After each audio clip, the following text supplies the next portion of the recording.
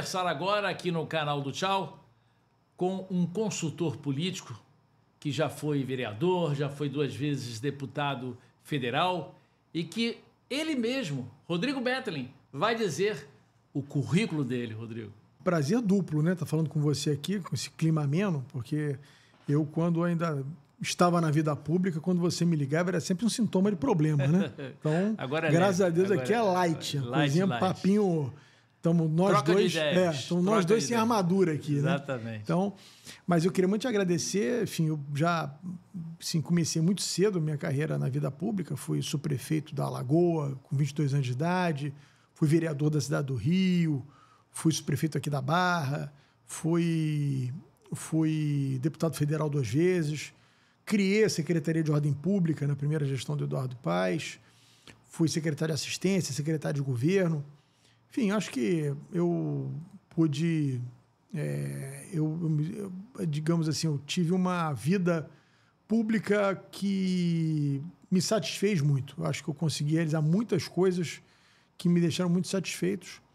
E resolvi, a partir de 2015, sair da vida pública e passar um pouco do que eu aprendi, né, do lado de cá do balcão, para outras pessoas que eventualmente quisessem entrar na política e até para fazer um trabalho para empresas, no sentido de fazer um diagnóstico mais preciso, dar uma análise mais profunda da questão político-social do local, né, da cidade do Rio de Janeiro, do estado e nacional. E tenho gostado muito do que eu tenho feito, viu, Tchau? Acho que a gente... Eu sempre digo às pessoas que eu acho que a política ela é uma vocação, ela não pode ser uma profissão. Quando você vê que você já deu o melhor de si e a partir de algum momento você vai passar só aos seus defeitos, né, aflorarem, eu acho que chega a hora de você sair, dar a vez para outras pessoas e ajudar, né, a ter gente nova na política, gente que agregue.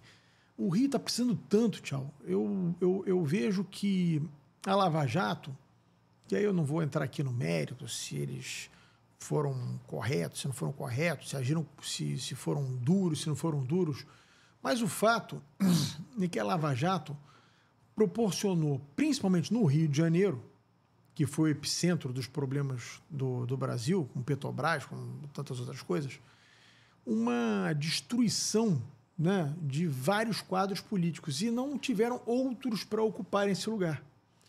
Então, acho que a gente vive no Rio de Janeiro hoje uma entre-safra. Com lacuna, né? Eu acho, de figuras, digamos assim, conhecidas da população que pudessem disputar eleições majoritárias. Você tem bons políticos, vereadores, deputados aí, que eu poderia citar alguns nomes, mas eu não quero ser, obviamente, descortês com ninguém. Mas o fato é que você tem hoje uma lacuna muito grande. Se você pensar hoje nomes, assim, você pensar candidatos natos para disputar uma prefeitura do Rio hoje, difícil achar. Você é um sujeito antenado, eu vivo disso também, a gente acaba conversando com todos, eu sei, vários nomes querem disputar a eleição, mas o eleitor comum... A população em geral. Se você perguntar quem é candidato a prefeito na eleição do ano que vem, o cara só conhece o nome do Eduardo Paes, que é conhecido por 100% da população, está no seu 3º mandato e aparece na mídia todo dia. Então, é uma figura que naturalmente vem à cabeça das pessoas. Agora, um segundo, um terceiro nome é muito difícil da população hoje citar. Ninguém está nem aí para eleição ainda. Agora, você sempre foi, Rodrigo, muito ligado ao Eduardo Paes. Você acha que ano que vem ele vai tentar a reeleição? Já está ganha a eleição? Tchau. Eu tenho feito algumas pesquisas e feito uma avaliação. A vantagem de você não estar no dia a dia da política, muitas vezes, não é que eu seja mais inteligente que ninguém. Mas quando você se afasta um pouco mais, você tem a capacidade de ver a floresta como um todo e não ficar vendo só algumas árvores. Eu acho que o Eduardo, óbvio, é um fortíssimo candidato. Sabe fazer o jogo da política. Eu digo às pessoas que o Eduardo é uma espécie de um cigano político, né? Ele já foi de direita, agora ele é de esquerda. Ele já foi... Centro. Ele já queria prender o Lula, agora ele é o melhor amigo do Lula. ele é de tudo um pouco, ele vai conforme a, digamos assim, a conveniência política dele daquele momento. Ele não tem nenhum tipo de, digamos assim, de paixão por... Fidelidade. Alguma tendência política. Ele é o que precisa ser para disputar aquela eleição e ganhar. Então, ele realmente, tendo esse aspecto, ele é um político que sabe, né, montar o jogo, principalmente aqui na cidade do Rio de Janeiro, para disputar e ganhar a eleição. Tanto é que ele é prefeito pela terceira vez. Não é qualquer um que... só o César Maia alcançou esse feito. Talvez ele alcance um feito até maior do que o César Maia, se elegendo pela quarta vez. Mas eu acho que não vai ser uma eleição fácil. Por quê? O César Maia, citando ele aqui de novo, ele tinha uma análise muito interessante, que atual no Rio vereador, de Janeiro, né? atual vereador, ele tinha uma análise muito interessante, que ele dizia que o carioca, ele cansa dos políticos muito rapidamente. Ele chamava de fadiga de material. E realmente isso é um troço que acontece. Se você olhar a história do Rio, São Paulo, por exemplo, você vê que o PSDB dominou São Paulo por 40 anos, basicamente. Sai o Serra, entra o Alckmin, sai o Alckmin, entra o Serra, aí tinha o Mário Covas antes, eles ficam ali se revezando e o troço não acaba nunca. Depois entra como é que é o nome dele, gente? O Dória. O Dória. E o Dória consegue... O Dória acaba quebrando um pouco isso, que ele não era aquele PSDBista histórico, né? Ele era um outsider que entrou ali e acabou rompendo um pouco com isso. Mas o Rio de Janeiro, se você pegar desde a época do Chagas Freitas, você veja que em 82 o Chagas Freitas tentou eleger o seu sucessor e o seu sucessor chegou em 4º lugar. Aí você dizer, mas o Chagas Freitas já vai estar fazendo um governo muito ruim. Não, o Chagas Freitas, para quem não sabe, fez o Lagoa Barra. Se para chegar na Barra, você precisava ir pela Gávea. Era um transtorno danado. Ele fez aquele túnel do Lagoa Barra. Ele duplicou a Grajaú Jacarepaguá. Ele duplicou o Guandu para parar de faltar água. Tinha lugares do Rio de Janeiro que não tinha literalmente água. Ele fez conjunto habitacional à beça na Zona Oeste. O cara pegava a chave... Entregava a chave na mão do cara, o cara pegava a chave que estava Brizola. Então, as pessoas cansaram do chaguismo. O chaguismo virou até coisa meio pejorativa no Rio de Janeiro, em determinado momento. E o candidato dele chegou em 4º lugar. Aí o Brizola ganha a eleição e vira o rei do Rio de Janeiro. O Brizola elegeu o cacique, o voto era vinculado em 82, né, uma decisão dos militares para tentar reduzir o impacto da oposição no Congresso, na época. E o Brizola elegeu Cacique Juruna, Aguinaldo Timóteo, Carlos Imperial. Era uma festa, né? Para quem, né? Para quem acha que tem algumas figuras, digamos assim... Hoje em dia. Meio... Tiririca. Fantasiosas, naquela época também tinha. Aí vem o Brizola domina a política do Rio por, sei lá, 12, 14 anos. Darcy Ribeiro, né? Darcy Ribeiro, coisa e tal. Ele não conseguiu eleger o Darcy Ribeiro por causa daquele fenômeno do plano cruzado. Ele elegeria o Darcy Ribeiro em 86. Aí o Brizola cai em desgraça com a população. Aí vem a era César Maia e Garotinho antagonizando aqui no Rio, coisa e tal. Aí você vê o Brizola em 2002, tentou ser candidato ao Senado em 2002. Chegou em 5º lugar. Perdeu a eleição, primeira eleição do Crivella, que o Crivella se elegeu. Um desconhecido bispo da Igreja Universal. Ele até brincava, o Brizola dizia que tinha perdido a eleição para um bispo que tinha uma hortinha na Bahia. Perdeu aquela eleição.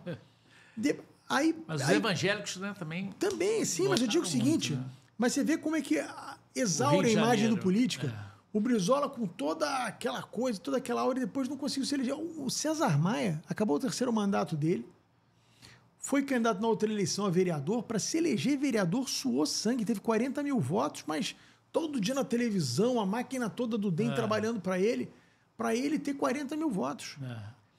Então as pessoas cansam dos políticos. Eu acho que o Eduardo Paes, pelas pesquisas que eu tenho, ele está entrando um pouco nesse processo. As pessoas estão um pouco cansadas desse jeito do Eduardo, malandrão carioca, sacou? A cara do samba, o cara que fica tomando choppinho na esquina, coisa e tal, essa figura assim, bem carioca que o Eduardo interpreta. Mas eu acho que as pessoas estão um pouco cansadas do Eduardo Paes. Agora, o Eduardo tem uma vantagem. O Eduardo não tem um adversário nato. Né? Por exemplo, o PL, que é o partido que foi majoritário na eleição, tanto para governador, quanto para presidente, quanto para a Assembleia Legislativa aqui no Rio de Janeiro, ainda não apresentou um candidato, não conseguiu se organizar. Né? Você tem... Rodrigo Amorim. Rodrigo Amorim não é candidato pelo PL, União, né? União Eu acho que ele está no PTB, se eu não me engano. O PTB acho... agora não alcançou a cláusula de barreira e permite que o cara troque de partido, enfim. União Há uma Brasil. discussão do Rodrigo Amorim ir para o União Brasil. Ele é um cara que já teve uma votação muito boa aqui para deputado estadual, foi reeleito, teve uma votação boa também, mas ainda não é um nome conhecido da grande maioria da população como nenhum, porque, qualquer nome para se tornar conhecido, ele depende muito de disputar a eleição majoritária. Eu vou citar o meu exemplo. Eu criei em 2009, nós criamos a Secretaria de Ordem Pública no Rio de Janeiro. Aqui era uma inovação, não existia esse conceito de ordem pública. Existia a Secretaria de Segurança Pública, que alguns municípios reproduziam, segurança pública nos municípios. E existia a questão da ordem urbana. A ordem pública, um conceito mais amplo, não existia. E nós criamos a Secretaria de Ordem Pública e, modéstia à parte, fizemos um trabalho que repercutiu muito. Assim, coisas que pareciam impossíveis, organizar a praia do Rio de Janeiro, nós mexemos nesse vespeiro e organizamos a praia do Rio de Janeiro. Mas agora não está tão bom, né? Infelizmente o trabalho foi se perdendo. Cá para nós, o carioca não é fácil também, né? O carioca quer ordem desde que não seja na porta dele, né? Que não atinge o direito dele. Então, ele quer que você tire o barraco que está na encosta da favela, que pode cair, mas se você for mexer nas mesas e cadeiras do bar que ele frequenta, ele fica pé da vida. Ele quer ordem, mas na casa dos outros. Então, mas o fato, eu estou te contando essa história porque eu tinha uma presença na mídia diária. Era um negócio assim, eu enjoava de dar entrevista. Chegava um ponto que eu mandava alguém no meu lugar. Eu fui capa da Veja, dei entrevista para o New York Times, dei entrevista para o Le Monde, para o El País, para tudo que você possa imaginar de veículo nacional e internacional. Mas isso significou as eleições também, né? Mas aí que tá, eu quero só te mostrar como é difícil as pessoas, porque as pessoas estão vivendo a vida delas, o cidadão comum, para ele absorver e gravar você é muito difícil. Você veja que com toda essa presença na mídia, que dificilmente alguém teve tanto quanto eu naquele período de 2009, 2010, eu em 2010 fui candidato à reeleição a deputado federal. E eu, um mês antes da eleição, fiz uma pesquisa e fiz uma pergunta espontânea se a pessoa conseguia indicar quem era o responsável pelo choque de ordem. Qual o percentual que você acha de pessoas que indicaram meu nome? Se for de uma maneira justa, já que você teria criado até a secretaria, teria sido 40%? 8%. Você vê. 8%. 8%. É um ano inteiro aparecendo todo dia.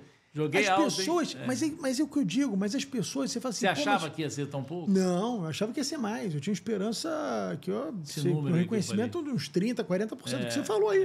É o que eu imaginava também. Mas por aí você vê quanto que o político se torna conhecido quando ele disputa uma eleição para prefeito ou para governador. Porque como são 4 ou 5 candidatos e você tem uma exposição muito forte durante 40, 50 dias, isso faz com que as pessoas gravem a sua persona.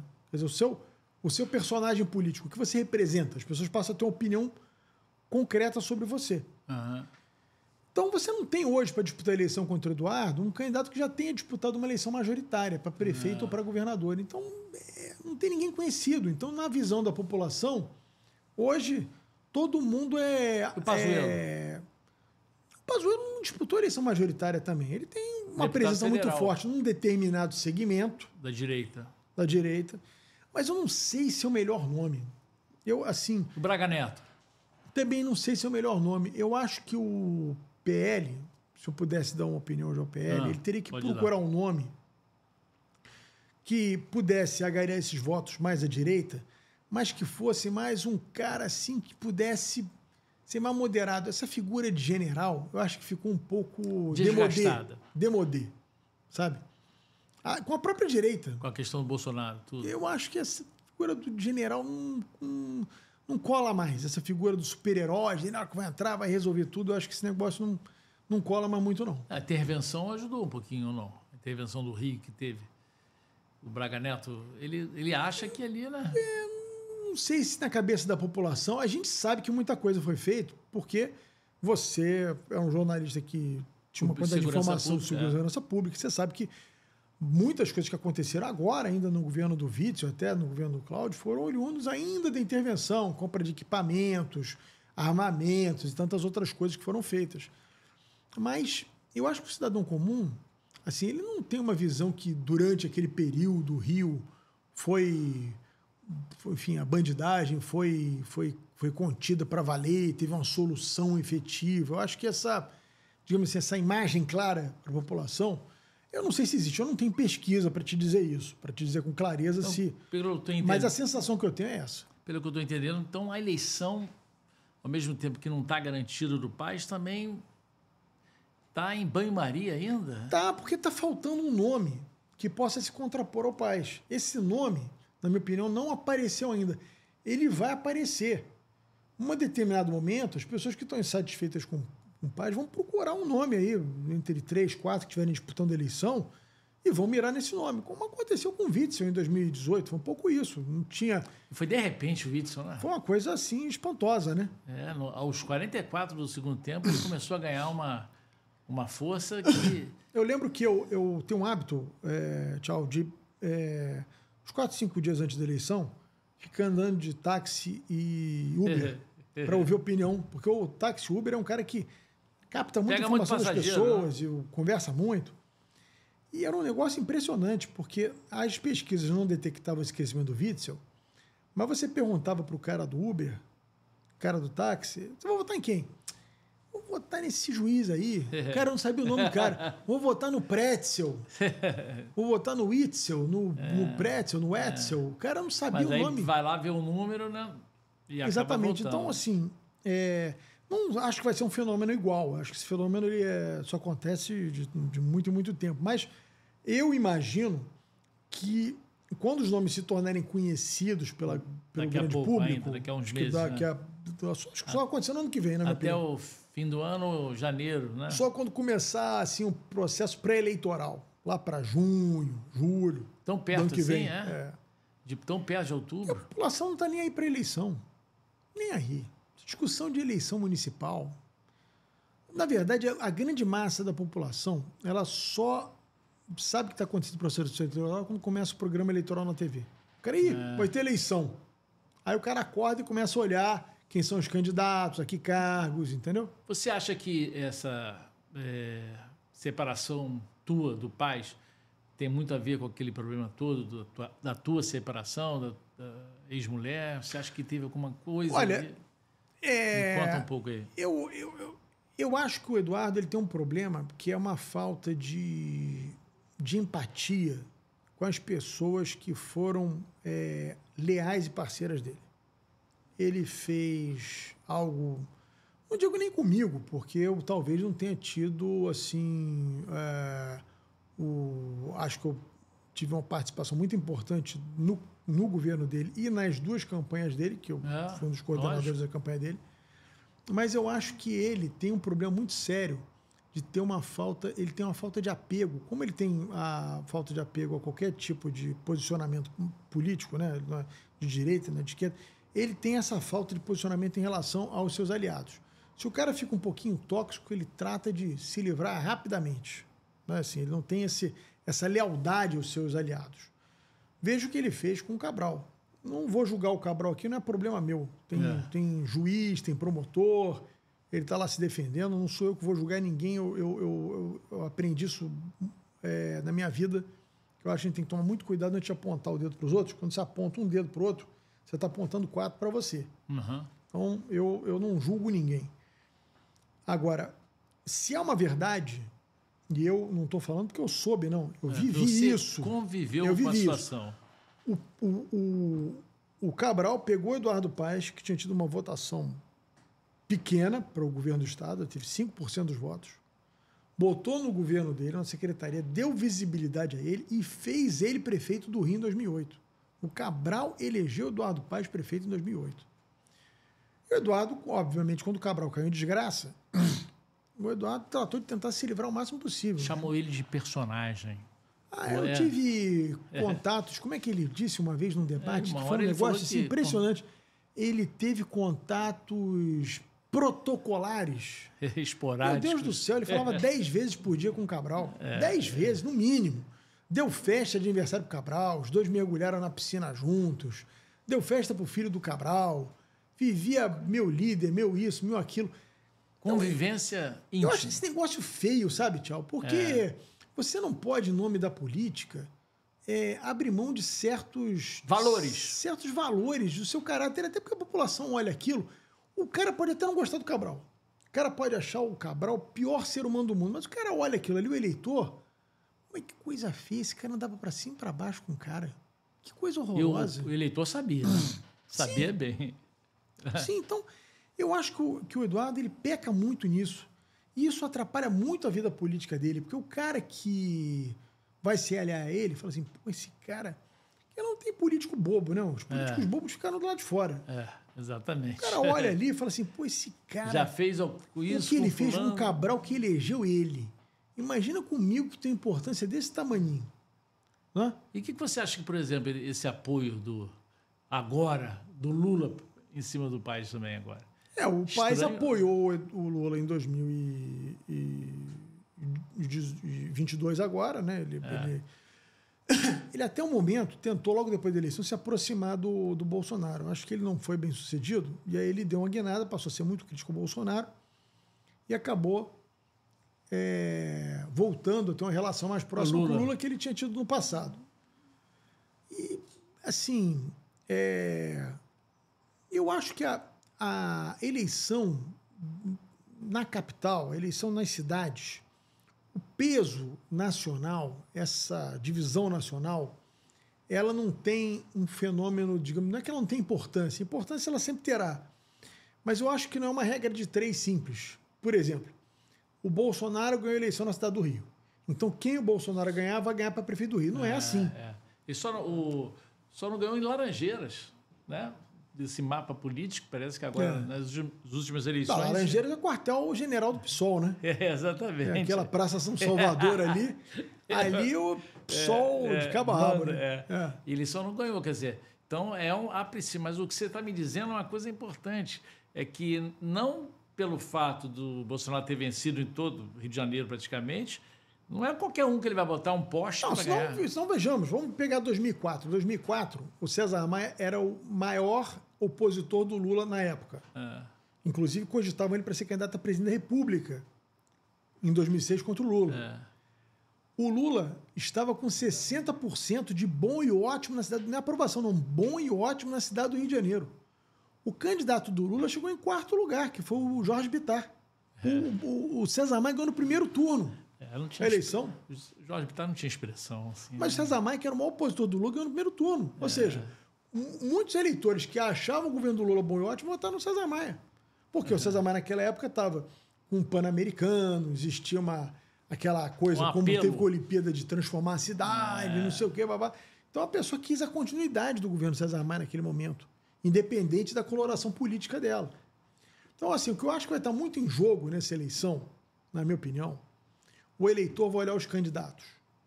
O cara vai olhar e vai dizer assim, pô, eu tô meio cansado desse Eduardo Paes. Esse cara, o cara tá fazendo BRT pela 2ª vez. O troço quebrou, ele tá fazendo tudo de novo. Porque ele tá querendo levar a bandeira, né? A bandeira do BRT, né? Ele já... Sim, mas aí o que acontece é o seguinte, eu acho que essa história do Eduardo não vai sustentar na campanha, porque tudo que é bom, foi ele que fez, tudo que é ruim, a culpa é do bispo. Crivella. O Crivella fez um governo que muita coisa realmente ele deixou a desejar. Mas o fato é que ele deixou uma conta para o Crivella pagar do tamanho de um bonde, como ele está fazendo agora. Por exemplo, ele foi lá assinar agora fez uma festança para o Lula. Empréstimo, né? Empréstimo. Festança para o Lula, tá dando não sei o quê, tá dando nada. Ele foi assinar um monte de papagaio lá com a BNDES, com a Caixa Econômica, 3 bilhões emprestados para comprar ônibus. E alguém vai pagar essa conta lá no futuro. O sucessor dele vai ter que pagar essa conta. Então o Lula não está dando nada para ninguém. E nem ele conseguiu dinheiro nenhum no governo federal. Ele assinou Mas ele está passando essa imagem, né? Passa essa imagem. Faz o papel dele. Né? Mas eu acho que essas coisas na campanha, elas vão clareando. Por exemplo, o BRT que ele está reformando não quebrou na mão do Crivella. Ele fez uma obra, eu estava lá, eu vi. Ele fez a obra, primeiro do BRT da Transoeste, às pressas, porque ele tinha que inaugurar em 2012 com o Lula presente. Por quê? Porque o adversário dele era o Freixo. E se ele não cola a figura do Lula nele, o Freixo poderia conseguir o prestígio do Lula e forçar um segundo turno com o Eduardo. Então ele fez uma obra às pressas, jogou asfalto em cima do barro, essa que é a verdade. 7 meses depois... Tudo destruído. Estava tudo destruído. A Globo cansou de fazer reportagem sobre isso, cobrando. E ele disse que ia cobrar as empreiteiras e refazer. Nunca cobrou e está fazendo a obra toda de novo. Ou seja, mas tá jogando barro de novo? Não, né? Agora não. Não sei porque eu não vi a obra. Eu não vou ser leviano de dar uma opinião num troço que eu não vi. Mas o fato é que ele fez a mesma obra 2 vezes. Que competência tem nisso? Veja, esse dinheiro que ele gastou... Tem dinheiro, né? Esse dinheiro que ele gastou não era para o morador da Zona Oeste tá andando de ônibus novo agora. Era para o morador da Zona Oeste tá andando de metrô de superfície. É isso que o próprio Sérgio Cabral fala, né? Ele fala muito sobre isso também, na questão do metrô. Agora, que ele não optou. O braço dele, eleitoral, é o BRT. Que é um godo, porque no fundo é mais do mesmo. Ele botou um bode na sala, ele deixou o negócio deteriorar brutalmente, ônibus pegar fogo, gente morreu. Foi uma lambança danada, porque nem manutenção ele fazia. Manutenção básica, tchau. Os ônibus... Guaratiba, estações, várias rasgado. estações. Ele não pode nem botar a culpa nos empresários, porque em junho, fazem 2 anos, que a prefeitura criou uma empresa e assumiu a gestão do BRT. Ou seja, a manutenção dos ônibus é com a prefeitura. O cara não troca um pneu do ônibus. Ele deixou literalmente os ônibus se destruírem, se desmantelarem, para ele meter depois um monte de ônibus novo e dar aquele contraste. É a famosa operação bode na sala. Agora, você mete um bode na sala, aquele bode incomoda, fica fedendo, faz cocô. Aí daqui a pouco você tira o bode na sala e fica todo mundo, ai meu Deus, o Tchau tirou o bode da sala, o Tchau é um herói. Tu só tirou o bode da sala. Entendeu? Mas é isso. Vem cá, e falando em nomes, Luiz Lima? É um nome que eu gosto. Sabe por quê? Primeiro que o Luiz Lima, ele já disputou a eleição há 4 anos atrás, ou seja, ele é mais conhecido que a média geral. Foi eleito. Não, disputou a eleição para prefeito. Eu sei, mas estou falando, ele é deputado. Não, ele foi reeleito deputado, mas eu digo o seguinte: ele disputou uma eleição majoritária. Não ganhou, mas ficou mais conhecido. Botou o nome dele na pedra. E ele tem uma outra figura, como ele é um campeão olímpico, é nadador, ele tem uma imagem assim, digamos assim, mais carioca. É um nome bom. O PL tem alguns nomes, mas o que eu acho que é importante é eles definirem esse nome com uma certa brevidade e poder centrar fogo em cima desse nome, tornar esse nome mais conhecido, esse nome antagonizar com o Eduardo Paes, trazer esse eleitor que não gosta do Eduardo. Por exemplo, eu fiz uma pesquisa recentemente, eu faço a seguinte pergunta. O Eduardo Paes governa ano que vem há 12 anos a cidade. 3º mandato. Será candidato à reeleição. Aí, 4º mandato. Você acha importante reelegê-lo ou você acha importante dar oportunidade a um nome novo? 39% acham que deve reelegê-lo. 53% acham que tem que ter um nome novo. Tá apertado, hein? Até um pouco mais. Em que pese 39 é um número alto. Pode dar uma vitória no primeiro turno. Agora, nós estamos num momento que o Eduardo nada sozinho.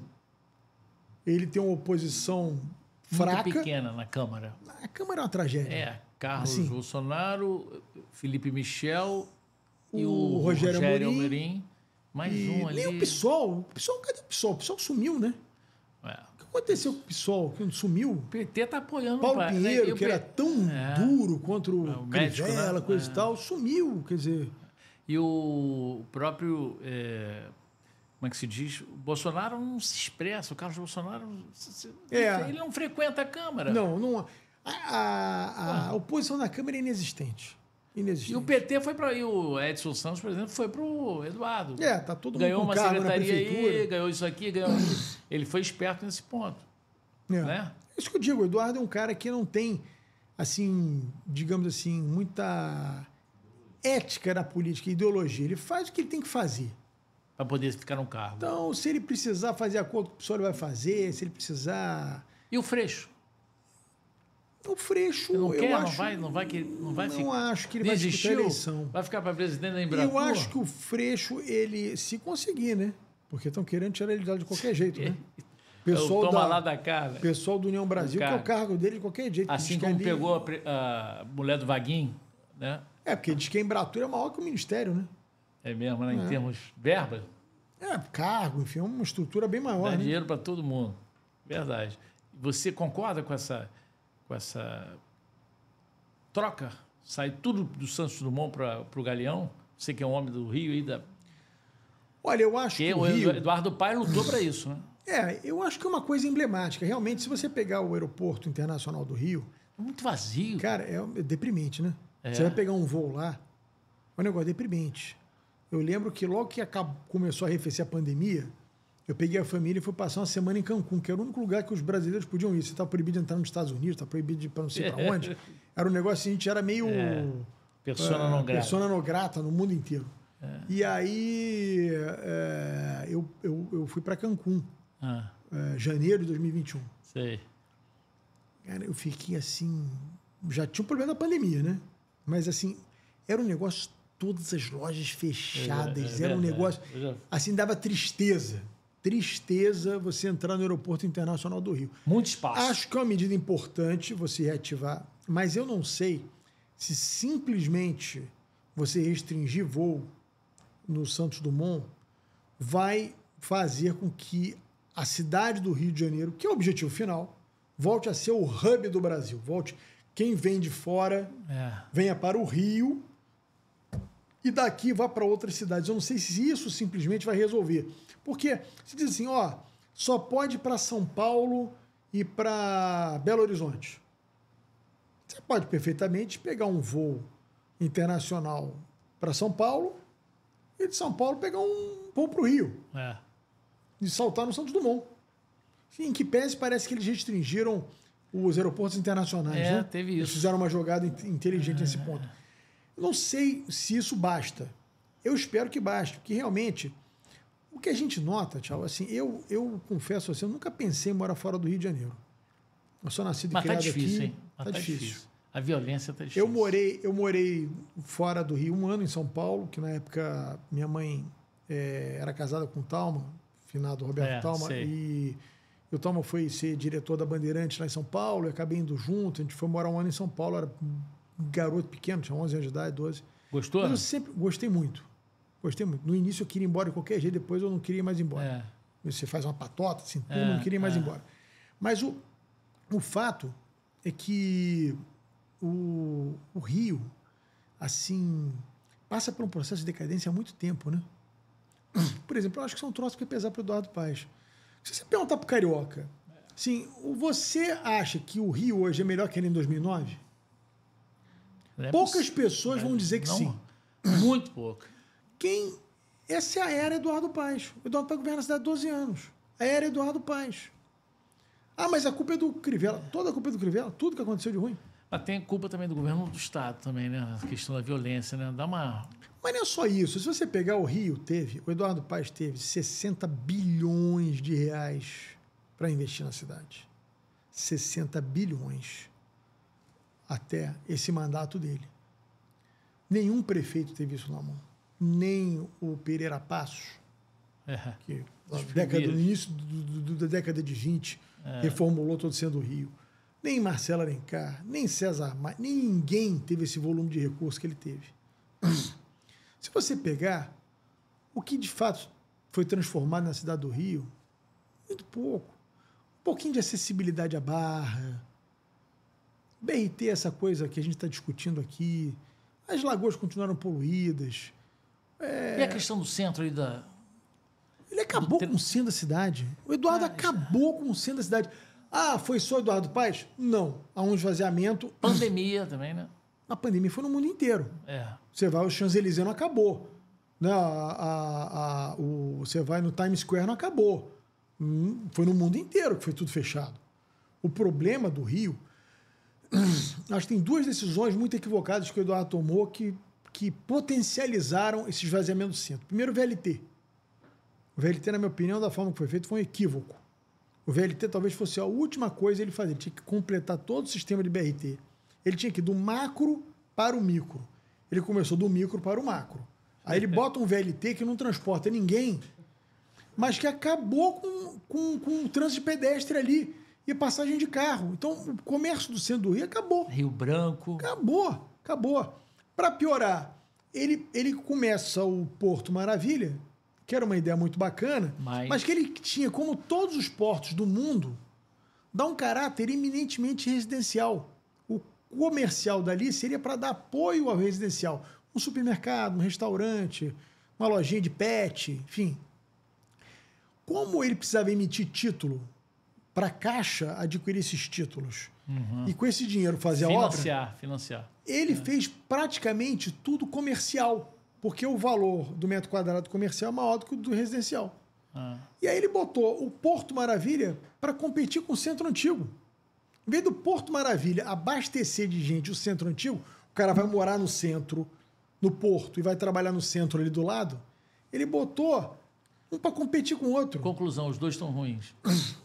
O Porto Maravilha ficou encalhado até agora diz que vai melhorar, vai resolver, vai isso, vai aquilo, e o centro morreu. Dá pena. Tchau. Eu comecei a minha vida trabalhando, eu comecei com 16 anos de idade trabalhando numa corretora no centro da cidade, na rua Rodrigo Silva, com 7 de setembro. Primeiro emprego que eu tive na vida. Na hora do almoço, você não conseguia andar na 7 de setembro. Lotado, né? Não conseguia andar, era gente se esbarrando. Não tem nem restaurante mais para almoçar ali. Outro dia eu fui ali... Tudo fechado. Na hora do almoço, tudo fechado. Dá pena. Se bobear, se você ficar falando no telefone celular, tem muito assaltante de telefone. Não, tem mais população de rua que transeunte hoje no centro da cidade. Exatamente. Tem mais gente morando na rua do que transeunte. Ou seja, é uma pena. E isso é um sintoma muito grave, porque é um sintoma do esvaziamento do Rio de Janeiro. O centro da cidade, ele tem uma questão simbólica muito forte para mostrar o desenvolvimento de uma cidade como o Rio de Janeiro. O centro histórico do Rio está completamente esvaziado. Isso é um sinônimo de esvaziamento econômico. Você veja que o Eduardo fez uma Olimpíada, que veio o mundo inteiro para cá, ele não deixou pronto um calendário de eventos. Ou seja, você abriu não sei quantos mil quartos de hotel, que um ano depois está tudo fechado. Porque não tinha gente. Faliram.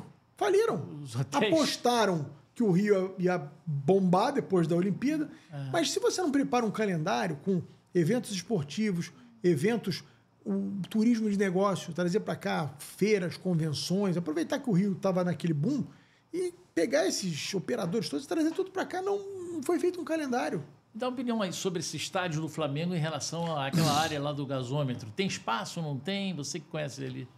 Talvez tenha. Minha preocupação é o trânsito, né? Imagina, Vina Brasil, como é que vai ficar num dia de um jogo do Flamengo? Cheio dele. Quarta-feira, domingo não tem problema, quarta-feira à noite. Jogo às 9 da noite. De feriado. Imagina, vai acontecer ali. Não ia ser, realmente. Então, agora tá difícil. Ou ganhar na loteria, Mega Sena ou o estádio do Flamengo, que vou te contar. Tá difícil essas duas.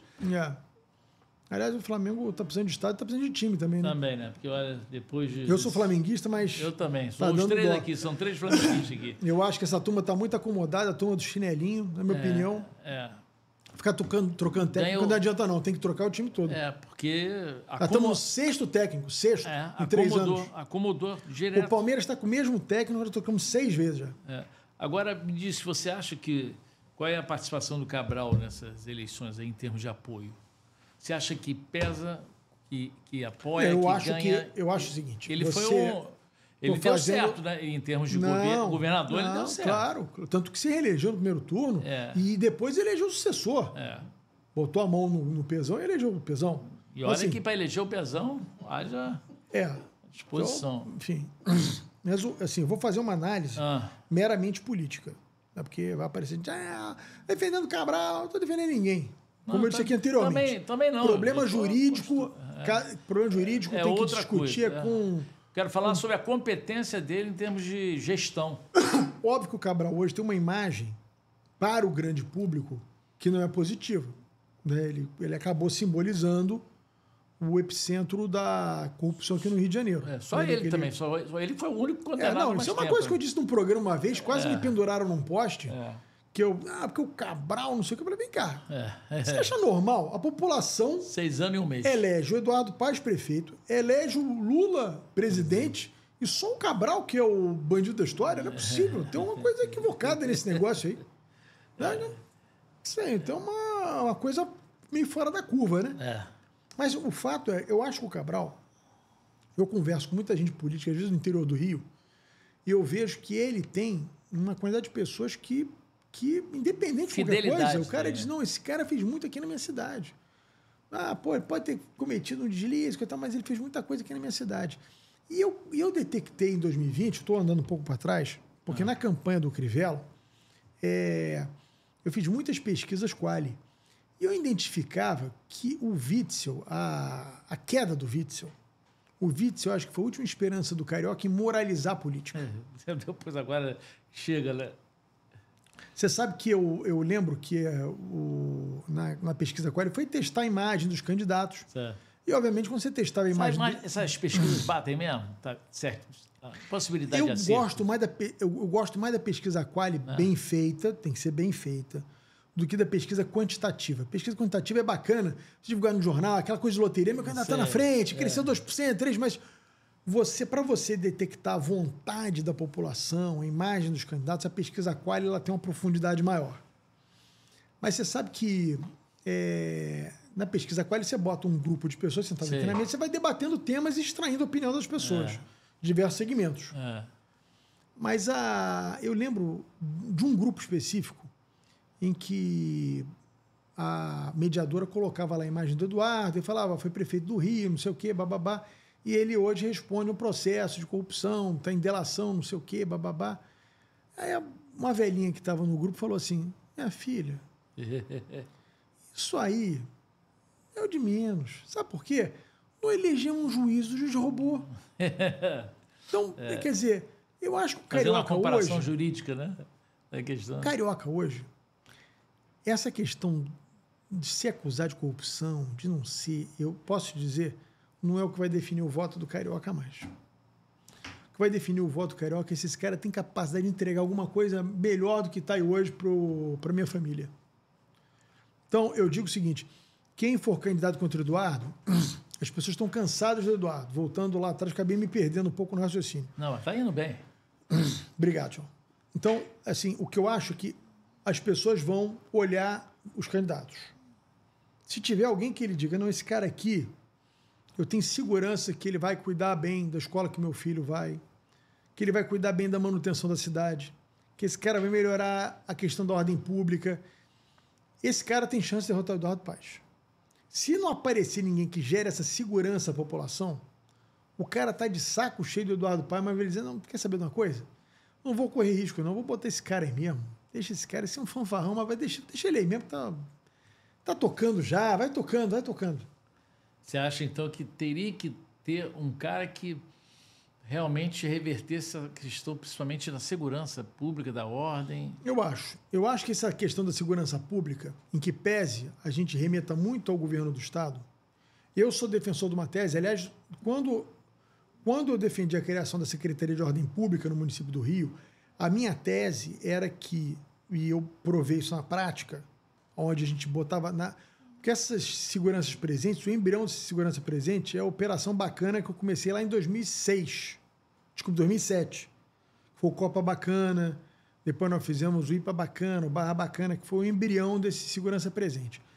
Quando você enfrenta o pequeno delito, carro na calçada, o cara vendendo produto pirata na esquina, o sujeito fumando crack e dormindo na rua. Quando você enfrenta esse pequeno delito, você dá um sentido que o poder público está presente.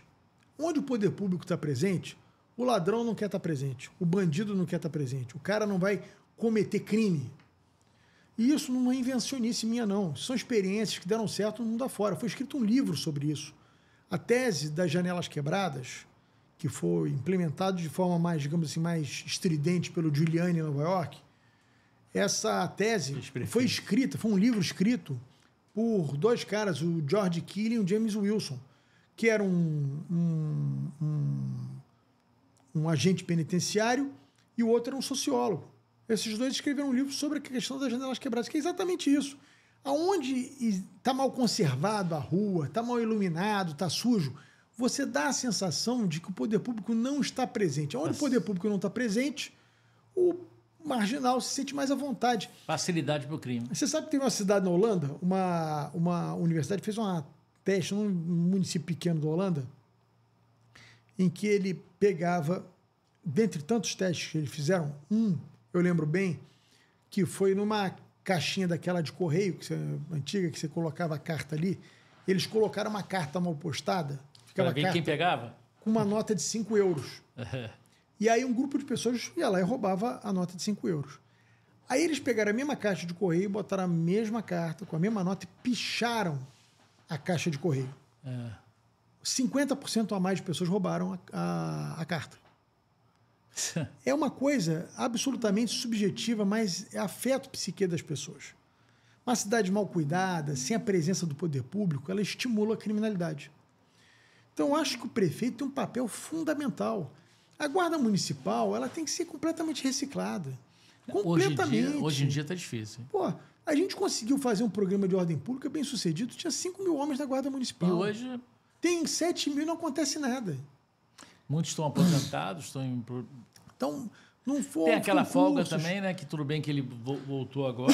Mas não mudou nada. O que mudou? Você consegue, se você achar algum guarda apitando o trânsito na cidade do Rio de Janeiro, você ganha uma moto.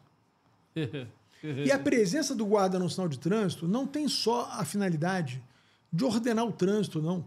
Um guarda ali, ele impede. O cara que pensar em roubar naquele sinal vai pensar 2 vezes. Entendeu? Um guarda presente ali. Então, eu acho que você vai ter que ter rediscutir o papel da Guarda Municipal. Eu acho que a Guarda Municipal tem que ter um papel de enfrentamento ao pequeno delito. Você é a favor da armamento? Sou a favor, armamento? Super a favor. Não é que eu acho que o guarda tem que sair atirando por aí, não. Mas você não pode... Tchau, você conhece a cidade, você foi um repórter que cobriu polícia a vida inteira. Você tem condição de colocar um guarda municipal na central do Brasil à noite? Desarmado? Vai dançar. Tem jeito. Vamos ser realistas. Agora, você vai me perguntar, essa guarda que está aí, você pode botar arma na mão dela? Não. Você tem que você tem que refundar a guarda municipal. Fazer um baita programa de reciclagem, fazer um grande concurso, botar mais gente para dentro. E aí você fazer uma remodelagem, porque a guarda municipal vai ter um papel fundamental para liberar a polícia militar para o enfrentamento dos delitos de média e alta potencialidade. Nas comunidades, nas ruas, Sim. Ali, entendeu? E esse pequeno delito, esse delito de ocasião, roubo de rua, furto, enfim, isso a guarda pode evitar, pode enfrentar, entendeu? Assim, agora, precisa requalificar e armar a guarda. Não tem como você botar um cara de cacetete, spray de pimenta na central do Brasil, é piada. Ninguém vai respeitar esse guarda. O coroa, barrigudo. Esquece. Não tem muito. Não, realmente você falou uma coisa certa. Tem até pouco. Guarda de trânsito tem pouco. Quando tem, é só querendo multar. Não, você tem guarda de trânsito para andar junto com o reboque para rebocar. Que eu até acho que é importante. Por exemplo, você tem que ter um direcionamento. Você não pode tornar o reboque um caça-níquel. Tá rebocando para multar. Então você vai uma ruazinha aqui de trás, uma ruazinha dessa que não passa ninguém, você rebocar carro só para você poder rebocar carro. Não tem sentido. Agora, por exemplo, você quer ver uma coisa que me irrita profundamente, que é a mania do carioca? Para quem tem filho pequeno e para quem tem alguém cadeirante em casa, sabe a desgraça que é. Carro na calçada. Isso eu acho fim. Porque o cara que tem um carro, ele já está levando a vantagem em relação ao pedestre. Mas o cara quer parar o carro na porta de onde ele vai. Imagina a escola também, né? Dia de escola, dia de saída. Terrível, terrível. Né? Tem algumas ruas que não tem. Agora, você apostaria, então, nessa questão toda das eleições do ano que vem? E esse negócio, voltando à questão da segurança, essa discussão da segurança é um ponto fraco do Eduardo. É isso que eu ia te perguntar, nas eleições do ano que vem. Porque porque a CEOP está lá batendo em ambulante, não está? Você viu? Você já viu as cenas? E com Copacabana? O que eu fazia na minha época de ordem pública? Nós fizemos um trabalho de inteligência e detectamos aonde eram os depósitos. Isso. Eu ia no atacado, não ia no varejo. Eu não pegava a Dona Maria vendendo bala no sinal. Está acontecendo isso, hein? Eu pegava o depósito. Eu ia no depósito. Tem várias imagens. A Globo cansou de fazer matéria sobre isso. Você deve ter feito algumas. Eu ia no depósito, não ia no varejinho. E não tinha, naquela época, uma coisa que é isso aqui, ó. Ah, sim.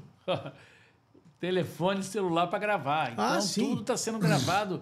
As ruas, né, a atitude dos guardas municipais estão sendo gravadas porque pega os isopores, né?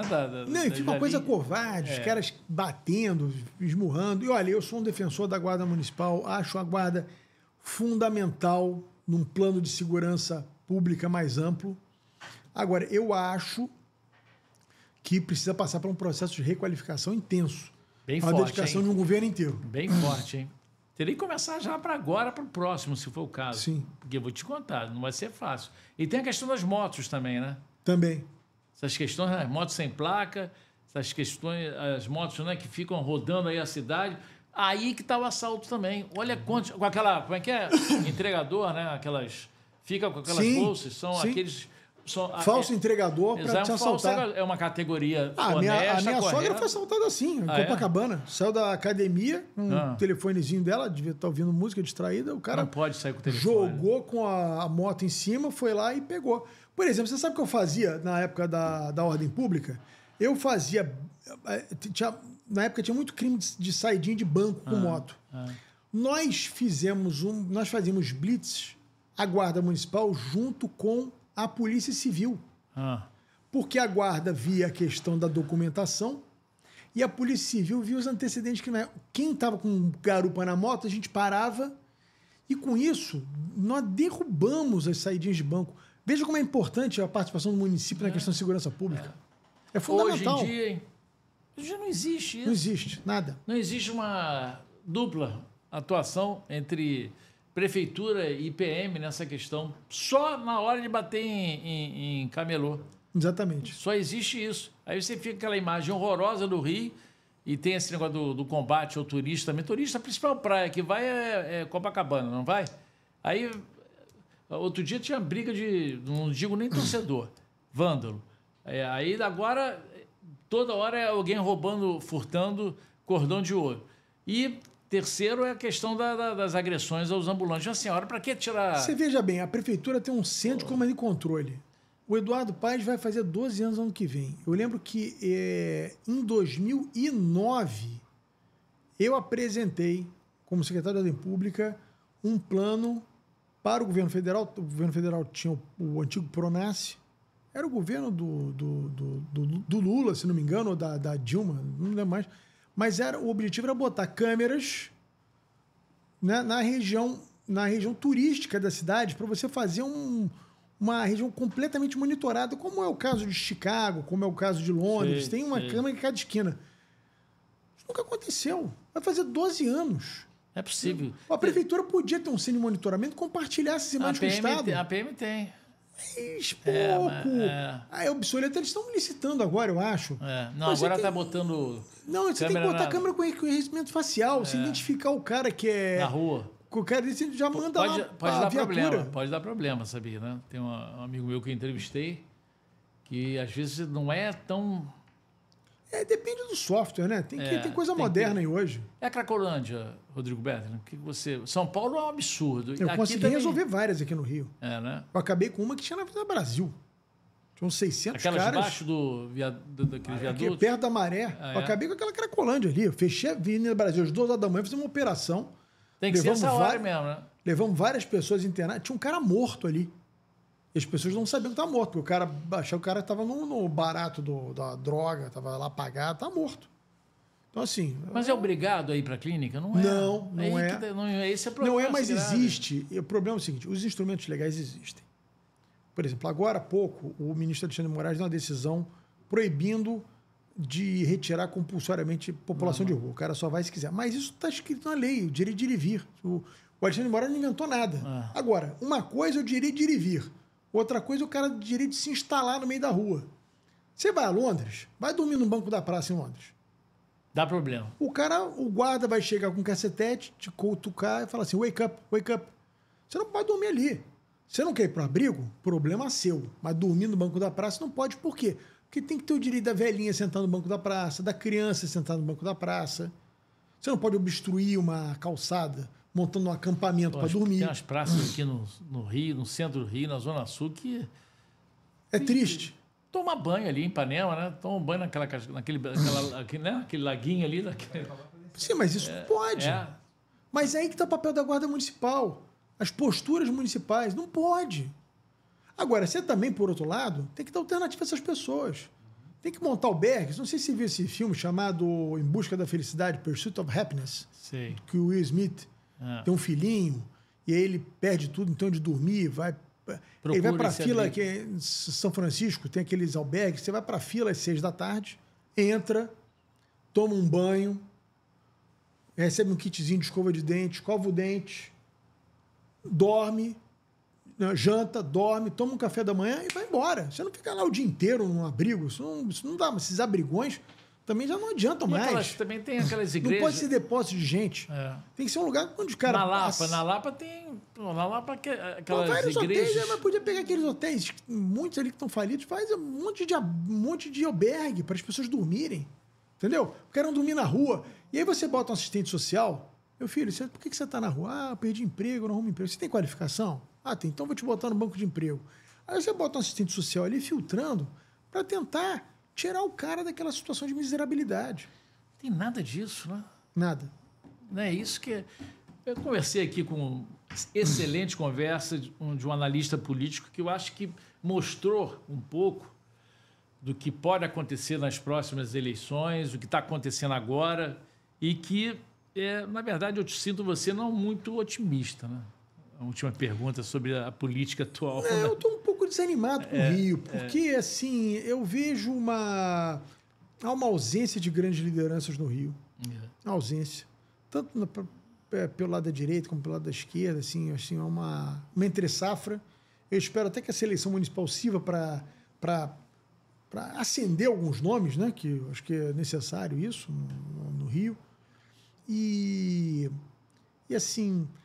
Há uma certa pobreza intelectual em propostas para a gente poder tirar o Rio dessa situação. O Rio está muito esvaziado, muito esvaziado.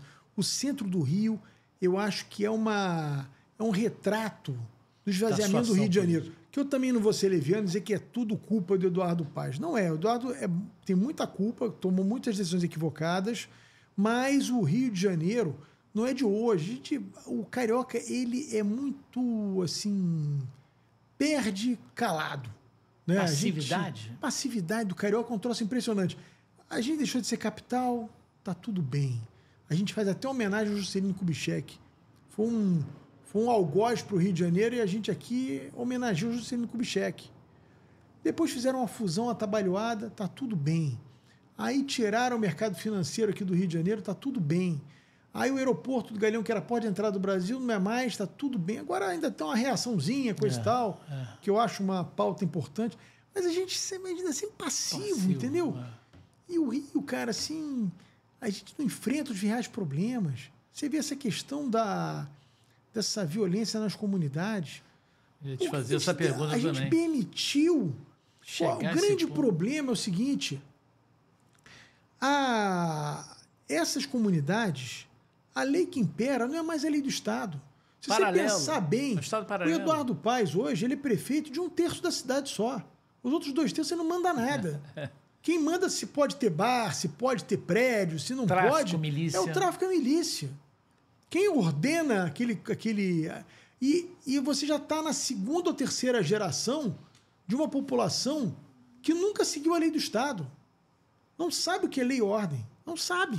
Então, um processo de reeducação que você vai ter que fazer é muito violento. Eu acho que não tem jeito mais a violência do Rio. Você?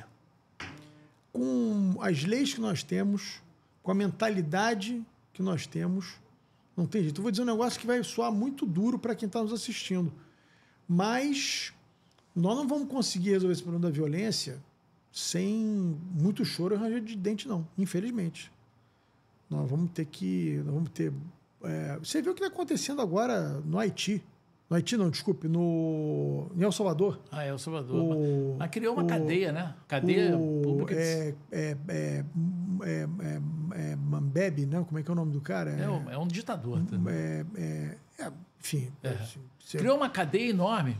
Prendeu todo mundo. Era talvez o país mais violento hoje da América Latina. Homicídios, taxa de homicídios. Por 100 mil habitantes. Bukele.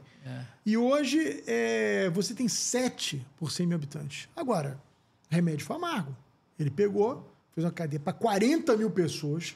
Saiu prendendo um monte de gente. Gangue, provavelmente deve ter vários inocentes ali.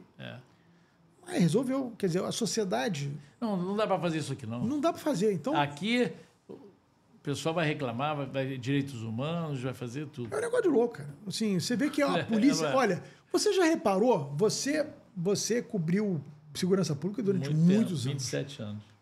Eu não digo que a polícia não comete muitos erros. E comete. Mas vou te dizer, na situação que a polícia opera aqui no Rio de Janeiro, não é fácil. Muito difícil. É muito difícil não cometer erro. E se a gente não compreender isso, daqui a pouco não vai ter quem queira fazer a nossa segurança pública. Ou seja, você está dizendo que na guerra também tem que ter... Nós vivemos numa guerra. Não adianta florear, tchau. A gente vive numa guerra. Nós vivemos num narco-estado hoje. 2/3 da cidade do Rio de Janeiro são ocupadas por bandidos. Dominadas, o território não é um território da cidade do Rio de Janeiro. O prefeito do Rio só governa 1/3 da cidade. Os outros 2/3, ele não manda nesses 2/3. Ele até presta alguns serviços. Mas quem manda nesses 2/3 é a criminalidade. E eu, no meu Instagram, eu mostro isso, né? @EduardoTchau. Uma média de 5 a 10 postagens por dia. Eu mostro violência na cidade e nas comunidades, entendeu? Por acaso, na Rocinha não tem... Só teve agora essa derrubada dessa mansão aí, né? Não sei como eles conseguiram entrar lá dentro, derrubou uma. Eu derrubei um prédio do NEM, na época da ordem pública, que era uma coisa assim, impensável na época, né? Para chegar lá, né? E aí, então você vai ver no Instagram, e não só, tem outros grupos também, né? Que é violência atrás de violência e é impressionante o armamento, Rodrigo Bettel. Como é que esse armamento consegue chegar nessas comunidades? É impressionante, isso é impressionante. E aí eu fico vendo o Flávio Dino dizendo que vai reduzir o número de armas, proibir as pessoas de comprar. Desde quando o traficante vai na loja comprar fuzil regularizar, fazer curso de tiro. Uma piada. Mais uma vez, a gente continua, a gente quer mudar as coisas fazendo a gente não consegue resultado diferente fazendo as mesmas coisas. Foi feito o Estatuto de Desarmamento de 2003. A população votou contra. Mas existe um pensamento dominante de esquerda de desarmar a população de bem. Eu já tive arma, não quero ter mais, mas eu milito a favor de quem quer ter sua arma. Acho que é um direito de você ter sua arma em casa. Bom, desarmaram a população, disparou o número de crimes com arma de fogo. Disparou. Aí desarmaram a população. Aí, durante a gestão do Bolsonaro, a verdade seja dita, uma das coisas que melhorou foi a violência. Você teve uma queda do número de mortes violentas por arma de fogo. Justamente quando você liberou para a população portar mais armas e comprar mais armas. Mas teve algumas tragédias também, né? Sim, mas pode ter com arma ilegal. Quem quer cometer crime vai comprar arma legal? Mas eu me lembro uma do negócio da sinuca, né? Aquele cara, mas podia ser uma arma ilegal também. Enfim, eu digo o seguinte... uma menina de 12 anos. Mas eu digo o seguinte, eu acho o seguinte, você tem que ter um filtro forte, mas eu acho que as pessoas têm que ter o direito de se defender dentro de casa. Porque o Estado não consegue ser onipresente. As pessoas têm que ter o direito. Entendeu? Sim. Eu não quero ter, que fala alguém que não quer comprar uma arma. Mas você já teve, né? Já tive, sei lá, 30 anos, 20 anos atrás, 30 anos atrás. Não quero ter mais, até porque minha arma foi roubada. Então, poderia ter sido morto com a arma com a minha arma. Mas, assim, eu milito o direito das pessoas querem ter. Eu acho que é um direito das pessoas terem. E eu acho que não é isso que aumenta a criminalidade. O problema do Brasil é que nós não temos controle nenhuma sobre as nossas fronteiras. É isso que eu acho que o governo federal tinha que se dedicar. Perfeito. Eu agradeço, Rodrigo Bettel. Muito prazer em contar contigo aqui no meu canal. Muito obrigado a você. Conversamos, então, com o consultor político, primeiro time, hein? Rodrigo Bettelin. E agora eu gostaria de fazer um pedido que vocês compartilhem essa conversa, compartilhem as outras que eu também fiz aqui no meu canal, dê o link, tá? Dê o sininho, né? Bate lá, dá o ok, que vai me ajudar muito, tá ok? Obrigado, um abraço a todos, tchau!